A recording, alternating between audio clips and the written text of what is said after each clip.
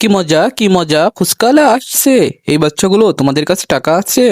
হ্যাঁ, আমাদের কাছে টাকা আছে। দাদি, তোমার কাছে টাকা আছে? তোমার কি মনে হয় আমি কি ফ্রি খাবো? আরে সমস্যা নেই, আসো সবাই খাও। এই নাও, এই নাও। দাদি তুমিও নাও, এই নাও, টক নাও, টক খাও, বেশি বেশি টক নাও, টক খাইলে ফুচকা অনেক স্বাদ লাগে। এই পিচ্ছি, তুমিও টক নাও। না, আমি নেবো না। দাদি হুচুক করে টকগুলো খেয়ে নিল, পিচ্ছিটাও হুচুক করে টকগুলো খেয়ে নিল। সবাই অনেক খাওয়া দাওয়া করলো, খাওয়া দাওয়া করে সবাই খাওয়া শেষ করলো এবং সবাই টাকা দিল। কিন্তু দাদির কাছে টাকা চাওয়া হইলো, দাদি বললো আমার কাছে টাকা নাই। তখন তো লোকটাটা অনেক অবাক হয়ে গেল এবং বলল টাকা নিয়ে আসো। তারপর টাকা আনতে গেল।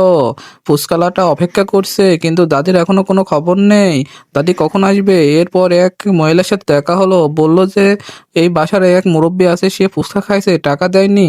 এবং মহিলাটি বলল ওটা তো আমাদের বাসার না। হুম। বন্ধুরা, লাইক কমেন্ট শেয়ার সাবস্ক্রাইব করো।